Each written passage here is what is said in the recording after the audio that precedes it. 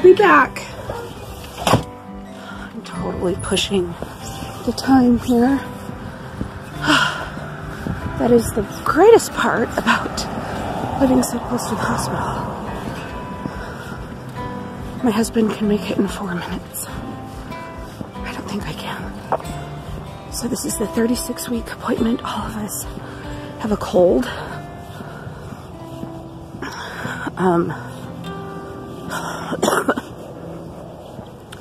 Oh my gosh, it hurts to cough so bad. That's why I'm going by myself. My husband really wanted to come because they're doing an ultrasound today, but we're not going to bring coughing kids. So it's just me. I am feeling just so much better than my other pregnancies, but I feel like the last week I aged like 10 years. Like, I'm feeling it. It's probably because I'm sick, and probably because I was gone for 10 days and there was just so much going on, taking care of 2 kids by myself. My family got sick that I was staying with. That was so stressful. My blood sugars got a little bit wonky while I was gone. I think part of it was just not having like my own kitchen, my own food. Plus, as you get pregnant, it gets a little bit harder. So they gave me Glyburide, which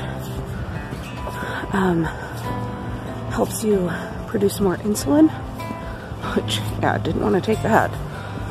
And I got hypoglycemic, shaky, sweaty, which I had during my first pregnancy when I had to take insulin. So luckily I have awesome doctors and diabetes people here.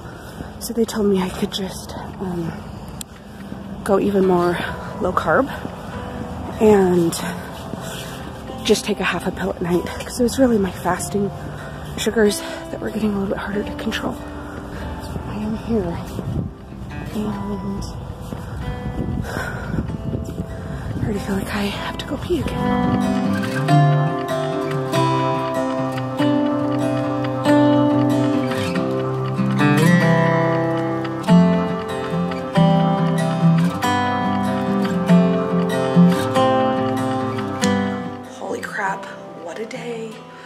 I have tried to make this part of the video like literally like 7 times, and I just keep rambling or saying like really weird things, and then my camera died.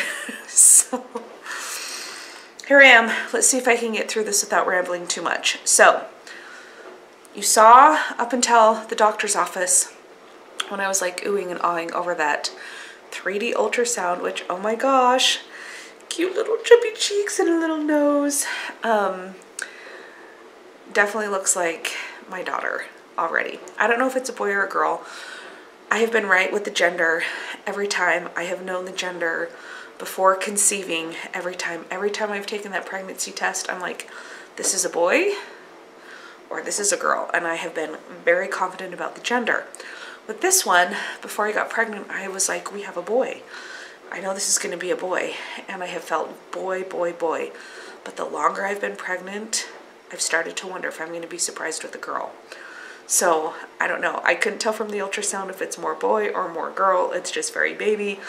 I'm very excited about that. However, today's appointment did not go well for me. It was rough. I've had a very emotional day after my appointment today.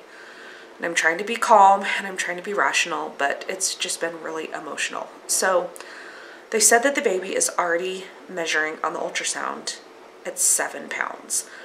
I'm 36 weeks pregnant in like 2 hours.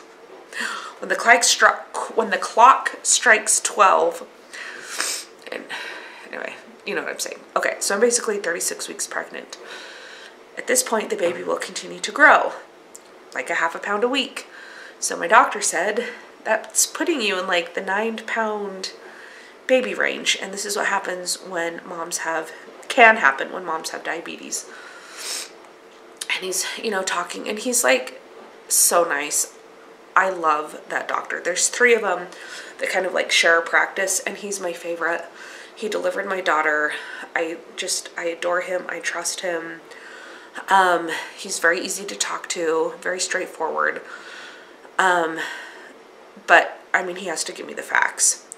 He's like, babies that big like to get stuck. And so we typically offer a scheduled C-section. And I'm like,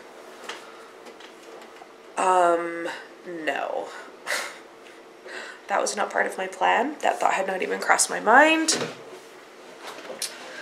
All of a sudden I'm in, whoa, all of a sudden my camera is turning to show my children's artwork. I'm just in like complete panic mode. And I'm like, there has to be other options. Like, first, I have done 2 hospitals. My first baby was at one hospital.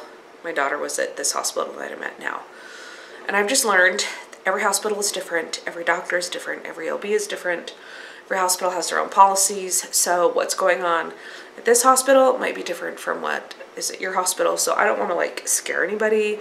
And I also know that what maybe your experience was, if it was similar to mine, maybe you had a completely different outcome. Maybe your hospital had a completely different plan.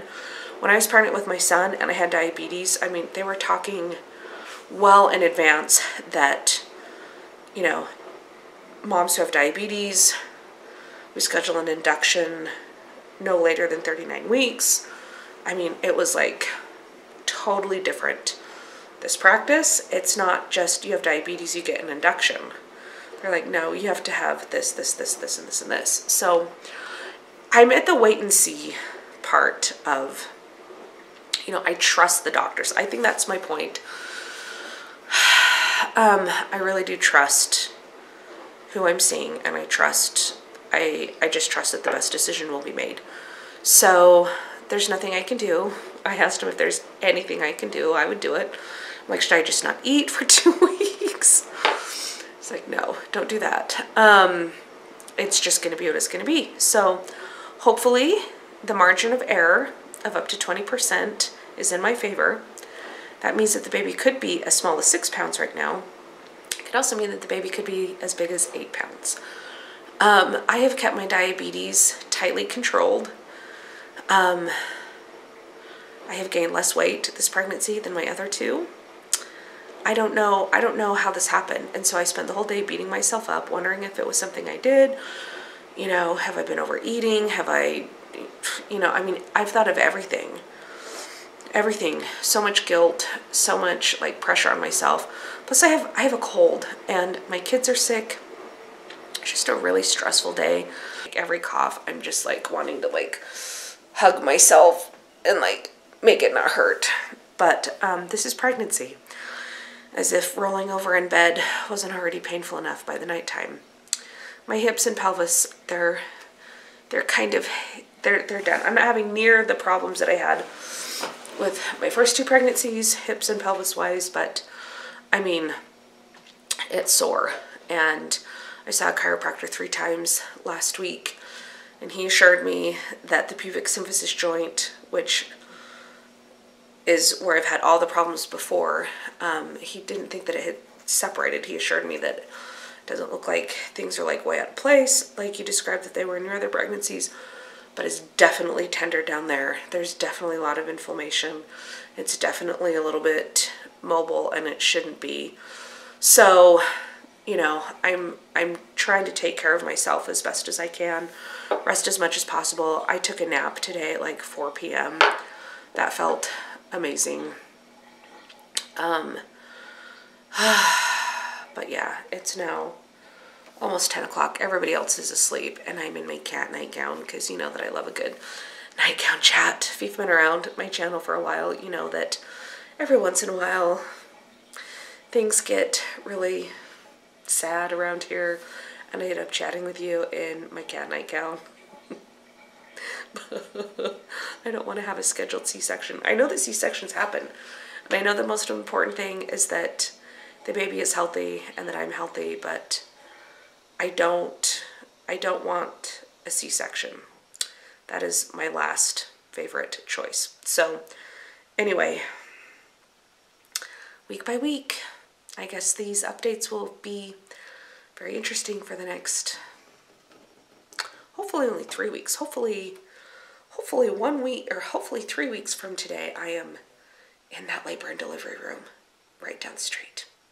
Let's hope and pray for that. Thank you so much for watching. I have a very exciting financial budget update coming Friday.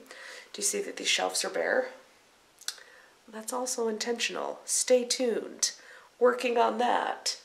Okay, thank you again for watching. If you've made it this far, don't forget to subscribe, and I will see you later.